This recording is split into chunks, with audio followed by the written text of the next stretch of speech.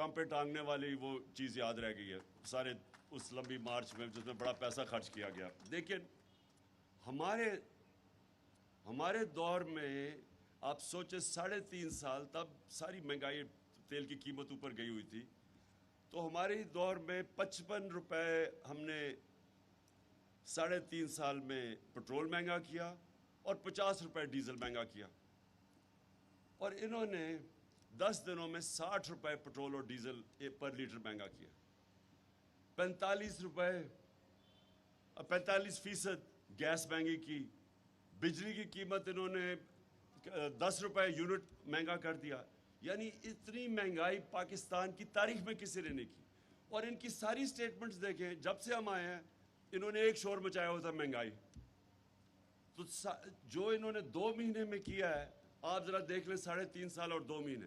اس کا مطلب کہ مہنگائی کوز نہیں تھا, کیونکہ اگر یہ ہوتا تو یہ روکتے, یہ اتنے بڑی مہنگائی نہ کرتے. مقصد کچھ اور تھا, اور وہ مقصد سامنے آپ کے آ گیا کہ آتے ساتھ ہی ان کے مسئلے تھے کرپشن کے کیسز کے, وہ کرپشن کیسز ختم کروانے تھے انہوں نے. سو ان کا اصل مقصد یہ تھا. امریکہ کا مقصد یہ تھا کہ وہ ایک پالتو کو لے آئے اوپر ان کے نوکروں کو, اور وہ جو بھی IMF کہے گا وہ کریں گے. جو بھی اب ہمارے پیٹرولیم منسٹر نے جا کے, جب میں روس کیا تھا تو ہم نے نیگوشیٹ کر لیا تھا روسیوں سے کہ ہمیں سستا تیل دیں. ہمیں 30% ہم نے ان سے بات کر رہے تھے کہ ہمیں تیل سستا دیں. وہ نیگوشیٹ ہو گیا تھا. جب جیسے ہی واپس آئے انہوں نے نو کانفیڈنس وہ ٹیبل کر دی. تو وہ جب نو کانفیڈنس ٹیبل ہوئی تو سب کچھ سلو ڈاؤن ہو گیا. لیکن ان کا کام تھا, اگر ان کو واقعی مہنگائی کی فکر ہوتی تو ان کو فوری طور پہ وہ روس کا جو سستا تیل تھا اس کو پرسو کرنا چاہیے تھا. ان کا فائنانس منسٹر کہتا جی روس ہمارے پاس آ کے ہمیں آفر دے, یعنی تیل کی ہمیں ضرورت ہے لیکن روس کو کہہ رہا ہے کہ ہمیں آ کے آفر دے. یعنی اصل میں امریکہ کی اجازت کے بغیر یہ کبھی کوئی کام نہیں کریں گے. عوام پس رہی ہے. ہندوستان 40% کم پہ تیل خرید رہا ہے آج روس سے, 40% کم. جب ہم 60 روپے بڑھا رہے تھے لیٹر تو ہندوستان 25 روپے لیٹر کم کر رہا تھا, کیونکہ انہوں نے روس سے تیل لے رہے تھے. تو ان کو اگر فکر ہوتی اپنے لوگوں کی تو ان کا سب سے بڑی پرائرٹی تھی کہ وہ اس کو پرسو کرتے. پرسو کرنے کی تو بڑی دور کی بات ہے.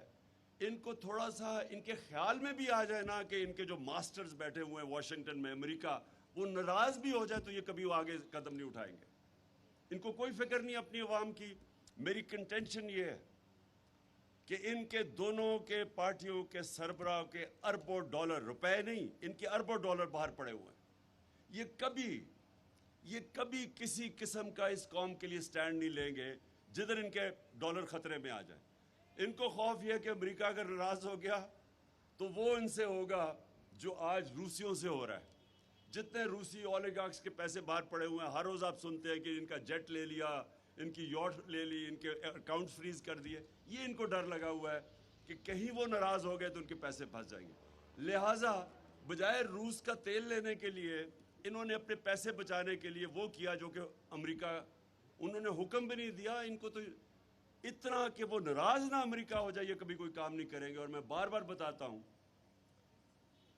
کہ 400 ڈرون اٹیکس کیے امریکہ نے جب یہ دونوں سربراہ تھے 10 سال میں, 2008 سے 18 تک 400 ڈرون اٹیکس کیے امریکہ نے. یہ انپریسیڈنٹڈ ہے کہ آپ کا ایلائی آپ پہ ڈرون اٹیکس کر رہا ہے. آپ ان کی جنگ بھی لڑ رہے ہیں, آپ کے لوگ بھی ان کی جنگ میں مر رہے ہیں, اور آپ کو ہی وہ ملک میں آ کے ڈرون اٹیک کر کے لوگ مار رہے ہیں, اور ایک دفعہ ان کے منہ سے نہیں نکلا. تو اسی لیے ان کو واپس لے کے آئے ہیں. یہ پاکستان کے لیے نہیں واپس آئے, یہ ایک فورن ایجنڈا کے لیے واپس آئے ہیں. ان کی کدھر خوشیاں بنی جب عمران خان گیا؟ سب سے زیادہ خوشی ہندوستان میں بنی. آپ ان کی میڈیا اٹھا کے دیکھ لیں, سب سے زیادہ وہ خوش ہوئے.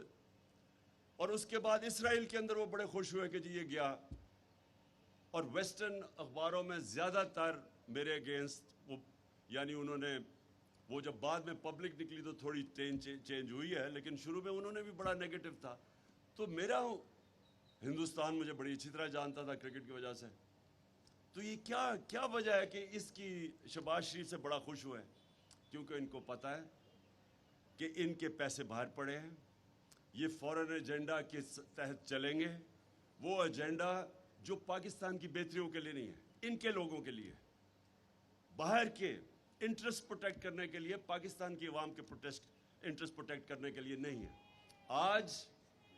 آج آپ یہ دیکھ لیں کہ جس طرف ہمارا ملک جا رہا ہے, یہ کس کو سوٹ کر رہا ہے؟ پاکستانی عوام کو تو نہیں سوٹ کر رہا. کس کو فائدہ ہو رہا ہے اس سے؟ جن کا ایجنڈا ہے پاکستان کو کمزور کرنا, جن کا ہمارے دشمنوں کا ایجنڈا ہے کہ پاکستان کے ٹکڑے کرنا. ہندوستان کے ٹی وی پہ عام بیٹھے ہوتے ہیں ان کے اینالسٹ اور کہہ رہے ہوتے ہیں بلوچستان کو علیحدہ کرنا ہے. میں نے کئی دفعہ سنا کہتے ہو کہ جی پاکستان کے ٹکڑے ہونے چاہیے. کون یہ ساری مسلمان دنیا میں آج آپ دیکھیں تو ایک مسلمان ملک دیکھ لیں جو عراق سے شروع کریں اور لیبیا سے شروع کریں, سیریا سے شروع کریں, صومالیہ, یمن, سارے مسلمان ملکوں میں دیکھ لیں, افغانستان, ساروں کے اندر باہر کے ایجنڈا کے تحت وہ ملکوں کی تباہی ہے. تو وہ جو باہر کی فورسز ہیں جو ہمارے خیر خواہ نہیں ہیں, وہ یہ نہیں چاہتے کہ پاکستان مضبوط ہو. ان کو جو لے کے آئے ہیں وہ پاکستان اس لیے نہیں لے کے آئے کہ ملک مضبوط ہو, اس لیے کہ ہم غلام بنیں. اور اس لیے یہ بہت امپورٹنٹ وقت ہے آپ کے لیے. آپ پاکستان کی وہ پارٹی ہیں جو کہ آج واحد پاکستان کی فیڈرل پارٹی رہ گئے. باقی دو پارٹیز رہ گئی ہیں, انٹیریئر سندھ کی اور ایک رہ گئی سینٹرل پنجاب کی. آپ وہ پارٹی ہے جو کہ سارے پاکستان کی پارٹی ہے. آپ کی پارٹی ملک کو اکٹھا رکھ سکتی ہے. یہ وہ پارٹی ہے, صرف دو فورسز اس وقت یہ جو دشمن جو چاہتے ہیں کہ کمزور ہوں, ایک وہ چاہتے ہیں کہ تحریک انصاف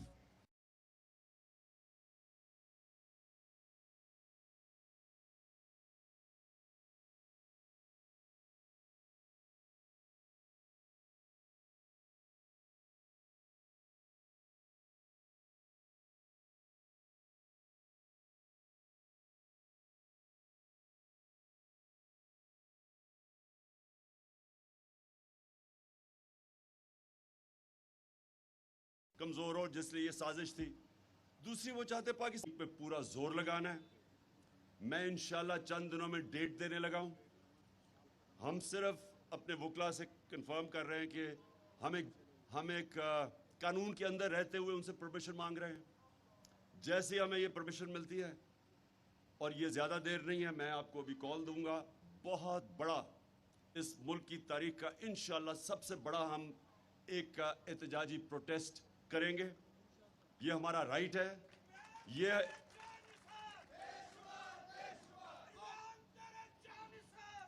انشاءاللہ بس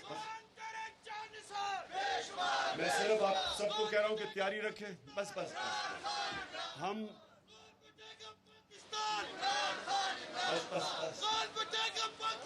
اچھا سنیں, ہم ساروں, میں نے تنظیموں کو کہا ہوا کہ اس کی تیاری رکھیں. ہم انشاءاللہ جیسے ہمارا کلیئر ہوتا ہے, ابھی سپریم کورٹ کا سے جو کلیئر کرتے ہیں, کیونکہ ہم سپریم کورٹ میں گئے ہوئے ہیں, جیسے کلیئر ہوتا ہے میں آپ کو ڈیٹ دوں گا. میں سب کو چاہتا ہوں آپ جتنے بھی ڈیلیگیٹس بیٹھے ہوئے اپنے علاقوں میں تیاری کریں, کیونکہ میں اس کو یہ نہیں سمجھتا ہم پولیٹکس کر رہے ہیں. میں اس کو یہ سمجھتا ہوں کہ یہ ہم اپنے ملک کے لیے جہاد لڑ رہے ہیں. آزادی, ایک مسلمان جب اپنی آزادی کے لیے کھڑا ہوتا ہے وہ جہاد ہوتا ہے. اور انشاءاللہ میں جب آپ کو ڈیٹ دوں گا آپ کی سب کی تیاری ہونی چاہیے. بس اچھا, آخر میں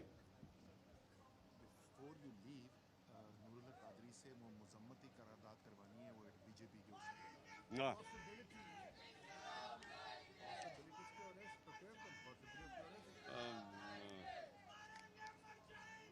جی, میں جب ابھی ختم کر رہا ہوں, بس قادری صاحب آپ آ کے وہ جو ہندوستان میں ہمارے نبی صلی اللہ علیہ وسلم کی شان میں گستاخی ہوئی اس کے اوپر ایک قرارداد پاس کریں گے. لیکن میں آخر میں صرف یہ کہنا چاہتا ہوں آپ کی بہت بڑی ذمہ داری ہے.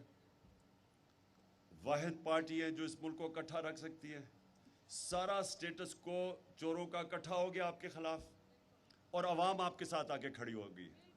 اور یہ جو عوام آپ کے ساتھ کھڑی ہوئی ہے یہ کبھی کبھی ملک کی تاریخ میں اس طرح قوم کھڑی ہو جاتی ہے ایک پارٹی کے پیچھے. یہ بھی ہمارے اوپر ذمہ داری ہے. اور انشاءاللہ میرا یہ ایمان ہے کہ آنے والے دنوں میں ہم ہی وہ پارٹی بنیں گے جو اس ملک کو حقیقی آزادی اور حقیقی جمہوریت کی طرف لے کے جائیں گے.